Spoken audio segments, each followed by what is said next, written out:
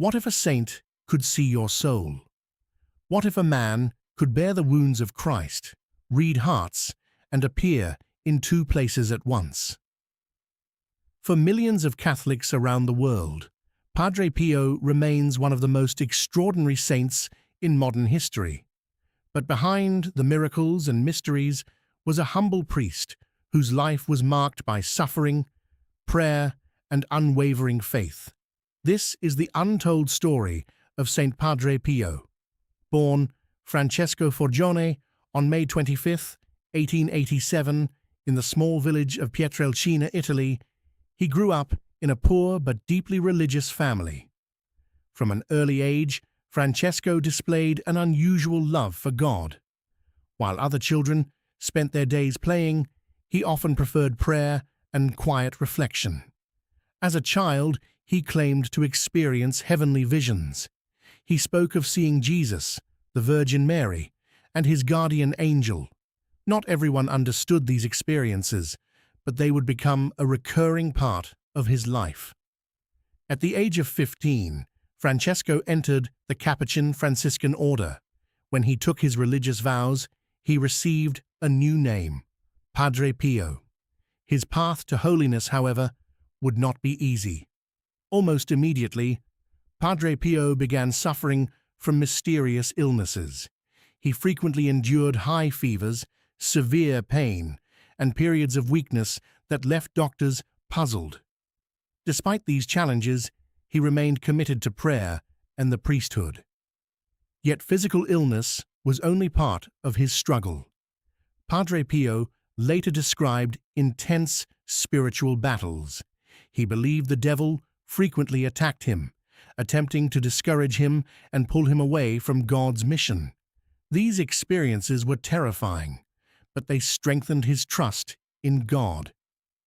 He often reminded others that prayer was the greatest weapon against evil.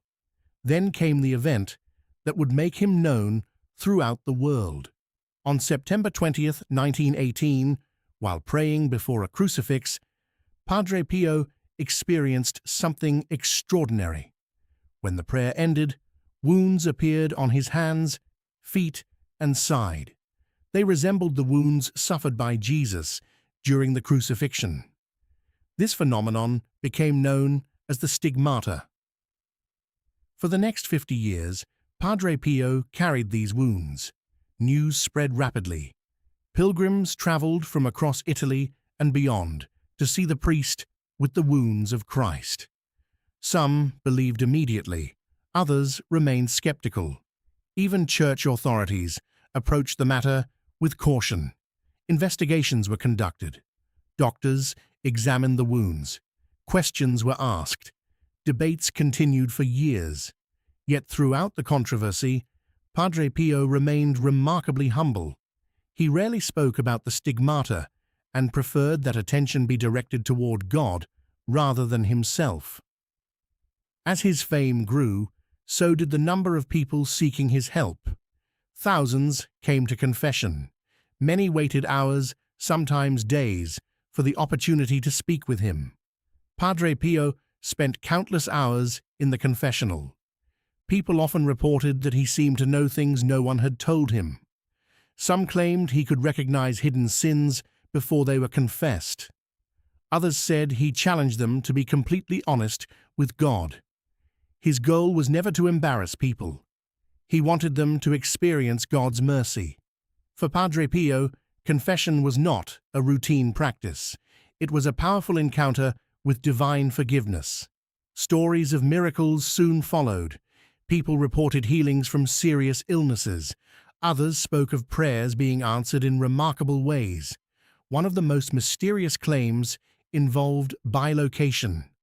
Numerous witnesses insisted that Padre Pio appeared in places where he physically could not have been. Soldiers, travelers, and ordinary people described seeing him during moments of danger or despair. Whether these accounts can be fully explained or not, they contributed to the growing reputation of Padre Pio as a man uniquely close to God. Despite the attention, he never sought fame. In fact, he often preferred silence and solitude. What mattered most to him was helping souls draw closer to Christ. One of his greatest achievements was not a miracle, but an act of charity. In 1956, he helped establish a hospital called the House for the Relief of Suffering. The hospital provided medical care for the poor and the sick. Padre Pio believed that caring for the body and caring for the soul should go hand in hand. The hospital continues serving patients to this day. As the years passed, Padre Pio grew older. His body became weaker, yet his devotion never diminished. He continued celebrating Mass with deep reverence. Many who attended his Masses described them as unforgettable spiritual experiences. On September 23, 1968, after decades of service, Padre Pio died peacefully. He was 81 years old. The news spread quickly. Thousands mourned the loss of the priest they considered a spiritual father. But his influence did not end with his death. Reports of answered prayers continued. Devotion to Padre Pio spread throughout the world. Then, in 2002, Pope John Paul II officially declared him a saint. Today, Saint Padre Pio remains one of the most beloved saints of modern times. His life teaches us that holiness is not found in extraordinary gifts alone. It is found in faithfulness. It is found in prayer. It is found in trusting God during suffering. Perhaps his most famous advice captures the heart of his message. Pray, hope, and don't worry. Simple words, yet they continue to inspire millions. The untold story of Padre Pio is ultimately not about miracles. It is about a man who gave everything to God, and through that surrender, God touched countless lives.